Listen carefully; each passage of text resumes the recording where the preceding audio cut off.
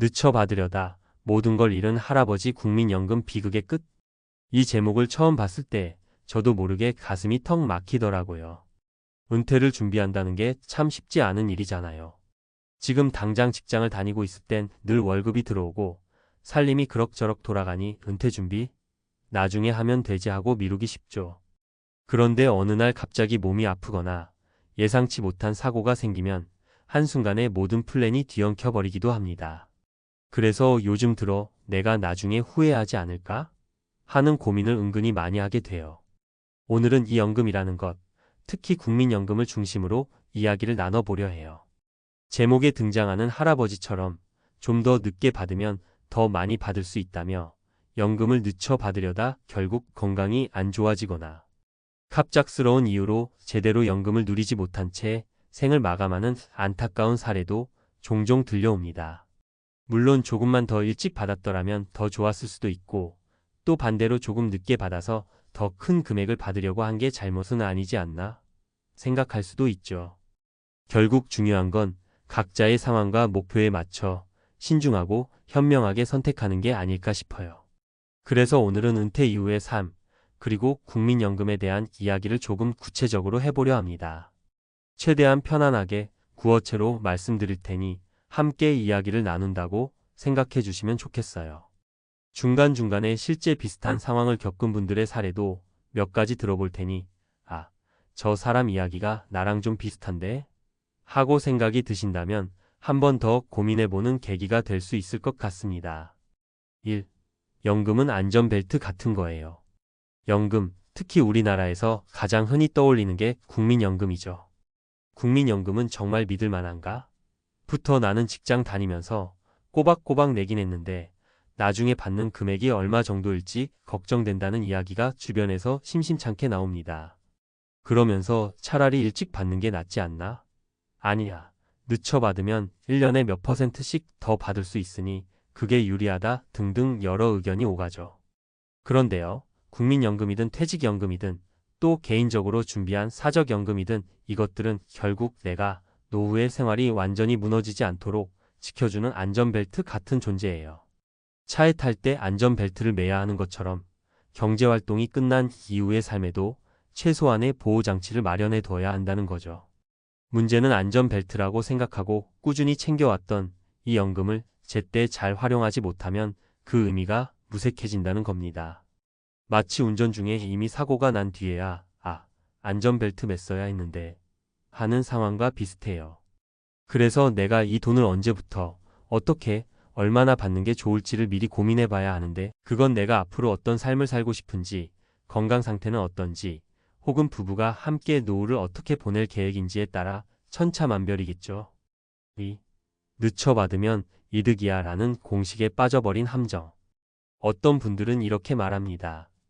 연금을 12년 늦춰 받으면 월 지급액이 몇 %씩 더 커지더라. 그러니까 될 수 있으면 늦게 받는 게 낫지 않겠어? 얼핏 들으면 맞는 말 같죠.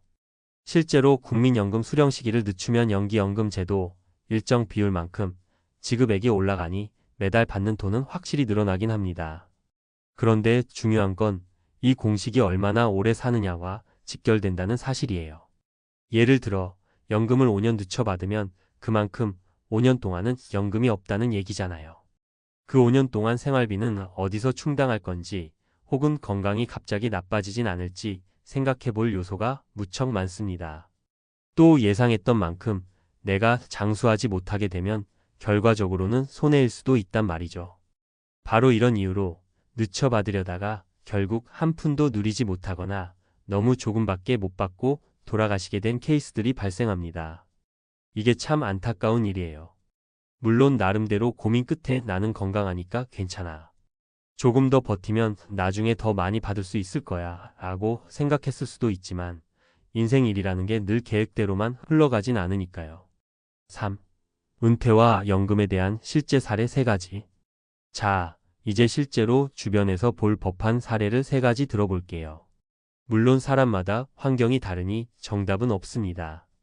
하지만 다른 분들이 어떤 과정을 거쳐 어떤 결정을 내렸는지 알아보면 내가 어떤 선택을 할 때 참고가 될 수 있겠죠. 사례 일찍 받아서 안정감을 챙긴 은희 씨. 은희 씨는 60세가 조금 넘어서 은퇴했어요.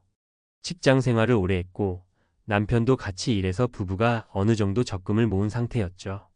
그런데 은희 씨는 스스로 건강이 아주 좋다고는 생각하지 않았고 자녀들도 결혼을 해 독립했지만 큰돈 들어갈 일은 언제 어디서 생길지 모르니까 웬만하면 현금 흐름을 확보해 두고 싶어 했어요. 그래서 고민 끝에 국민연금을 일찍 받자라고 결정했죠. 사실 12년 늦춰 받으면 더 받는데 굳이 빨리 시작해서 조금 덜 받는 게 아깝지 않아? 라는 주변의 말도 많았대요. 근데 은희 씨 입장에선 지금부터 당장 매달 일정 금액이 들어오면 내가 살면서 조금 더 여유롭게 지출할 수 있고 덜 불안해질 것 같다라는 믿음이 컸다고 해요. 결론적으로 은희 씨는 일찍 받길 잘했다라고 말합니다. 당장 큰 병원비 같은 건 들지 않았지만 가끔 증상이 애매해도 병원에 가는 등 건강 관리를 더 잘하게 됐고 집에 수리할 곳이 생겨도 덜 부담스럽다는 거죠. 그러면서 조금 덜 받더라도 마음 편한 게 좋다라고 하더라고요. 사례 이 조금 늦춰받고 더 일하려고 했던 영식 씨. 반면 영식 씨는 자신이 꽤 건강하다고 생각했고 지금도 큰 병원 신세 지지 않고 여전히 운동을 즐기는 편이에요. 그래서 그는 연금 수령 시기를 일부러 12년 늦춰서 월 수령액을 높이기로 했죠. 대신 그 12년 동안은 몸이 허락하는 한 계속 파트타임 일을 하든 개인 사업을 하든 어떤 식으로든 수입을 만들자고 계획했어요. 연금을 늦춰 받으려면 그 기간 동안 수입 공백이 생길 텐데 저는 건강하니까 계속 일해서 채우면 되죠. 이게 영식 씨의 전략이었어요. 실제로 은퇴 후 작은 가게를 내서 소일거리 겸 수익을 냈고 매달 고정 지출 정도는 거뜬히 감당할 수 있었죠. 결과적으로 영식 씨는 현재 70세에 가까워졌는데도 본인이 여전히 활동적이니 큰 문제 없이 잘 지내고 있어요. 내가 활발히 움직일 수 있을 때는 조금 더 일해서 수입원을 만들고 나중에 몸이 힘들어지면 월 연금액이 더 많아져서 좋다라는 게 영식 씨의 결론이에요. 물론 이 경우도 건강이라는 전제가 중요합니다. 혹시 중간에 큰 병을 앓았다면 계획이 엉켰을 테니까요. 사례 3연금을 못 누리고 일찍 세상을 뜨신 할아버지. 마지막으로는 제목에 있는 사례와 비슷한 이야기예요. 제 친구 할아버지 이야기인데요. 국민연금을 꽤 오래 낸 편이라 연금 수령 시기를 더 늦추면 월 지급액이 크게 늘어날 거라 기대하셨대요. 그래서 처음 받을 수 있는 나이가 되었을 때도 좀 더 기다렸다가 받자 하고 몇 년을 더 미루셨죠. 그런데 문제는 그 사이 건강이 급격히 나빠지신 거예요. 친구가 말하기를 할아버지가 갑작스럽게 큰 병을 진단받고 병원에 입원하셨는데 생각보다 치료가 어렵고 빠르게 진행된 병이었대요. 결국 연금을 본격적으로 받기도 전에 돌아가셨고 유족연금이 일부 지급되긴 했지만 할아버지께서 직접 연금을 누릴 기회는 너무나 짧았죠. 가족들은 이럴 줄 알았으면 일찍 받아서 편안하게 그 돈으로 여행도 다니고 맛있는 것도 드시고 삶을 조금 더 누리셨을 텐데 하고 후회했어요. 할아버지도 병상에서 마찬가지로 미리 받을 걸 그랬다라는 말씀을 하셨다는 이야기를 전해 들으니 참 안타깝죠. 4. 은퇴 후 삶에 대해 미리 생각해야 할 점들. 위의 세 사례를 놓고 보면 결과가 다 다르죠? 사람마다 선택이 다르고 그 선택이 만들어내는 결과 또한 천차만별입니다. 무조건 일찍 받아야 한다거나 아냐, 무조건 늦춰 받아야 이득이다 같은 단정적 결론은 있을 수 없어요. 그래서 제가 꼭 말씀드리고 싶은 건 자신의 건강 상태, 가족 상황, 다른 자산의 유무, 은퇴 후 하고 싶은 일이나 취미, 예상 지출 수준 등을 최대한 객관적으로 점검해 보시라는 거예요.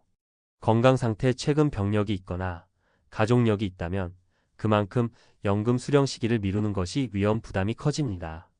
반대로 정말 철저히 몸 관리를 해왔고 정기검진 결과도 좋은 편이라면 조금 늦추는 전략도 가능하겠죠. 가족 상황 배우자가 있는지, 자녀가 도와줄 수 있는지, 혹은 오히려 자녀에게 금전적 지원을 해야 하는 상황인지에 따라 달라집니다.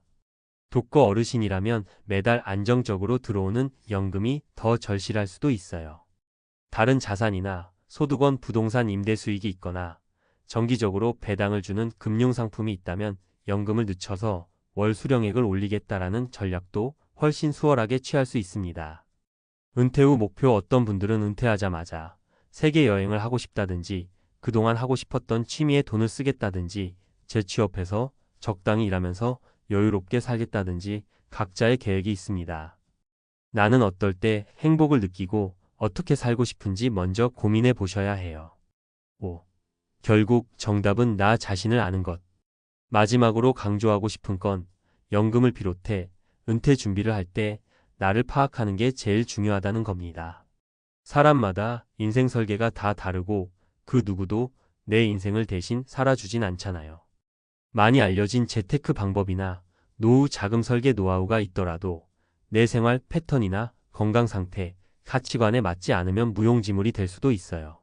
어떤 분들은 난 오랫동안 열심히 일했으니 이제는 60 넘어가면 한가하게 살다가 65부터 연금 받으면서 노후를 즐길래라고 하실 수 있고, 또 어떤 분들은 난 늦게까지라도 몸이 허락하는 한 일하고 싶은데 연금을 좀 늦게 받아서 나중에 더 많이 받아야지라고 하실 수도 있죠. 둘 다 맞는 선택일 수 있어요. 단, 그 선택을 할 때 현실적인 요소들, 혹시 모를 리스크들을 고려하는 계획비도 있으면 더 좋겠죠.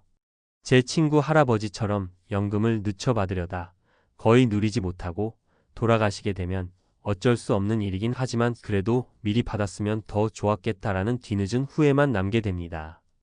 이런 비극을 피하려면 중간중간 건강검진도 꼼꼼히 하고 내가 혹시 모르는 질병이 있진 않은지, 향후 크게 아플 가능성은 어느 정도인지 등에 대해서도 한 번씩 점검해 보는 게 좋습니다. 6. 마무리하며. 이야기를 길게 했지만 결국 핵심은 이겁니다. 연금은 내 노후를 지켜주는 안전벨트다. 수령 시기를 선택할 땐 건강과 재정 상태, 가족 지원, 삶의 목표 등을 골고루 고려해야 한다. 무조건 일찍 vs 무조건 늦게라는 정답은 없다. 그러나 제목처럼 늦춰받으려다 아무것도 누리지 못하는 위험도 분명 존재한다. 정말이지 은퇴라는 게 내 마음대로 시기를 정하고 그 시점부터 딱 원하는 대로 살아가는 게 쉬운 일이 아닌 것 같아요. 부모님이나 지인 중에 미리 퇴직금을 탕진해서 고생하는 분도 계시고, 국민연금 외에 다른 연금이나 부동산 수익으로 편안하게 지내시는 분도 있고요. 각각의 이야기가 다 특별하잖아요. 그래서 조금이라도 더 여유가 있을 때 나는 내 노후를 어떻게 설계할까? 곰곰이 생각해 보셨으면 해요.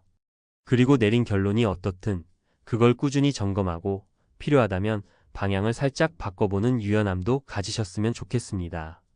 연금은 한번 선택했다고 끝나는 게 아니고 연기연금이나 조기연금 같은 옵션도 있고 또 상황에 따라 변경할 수 있는 부분도 있으니까요.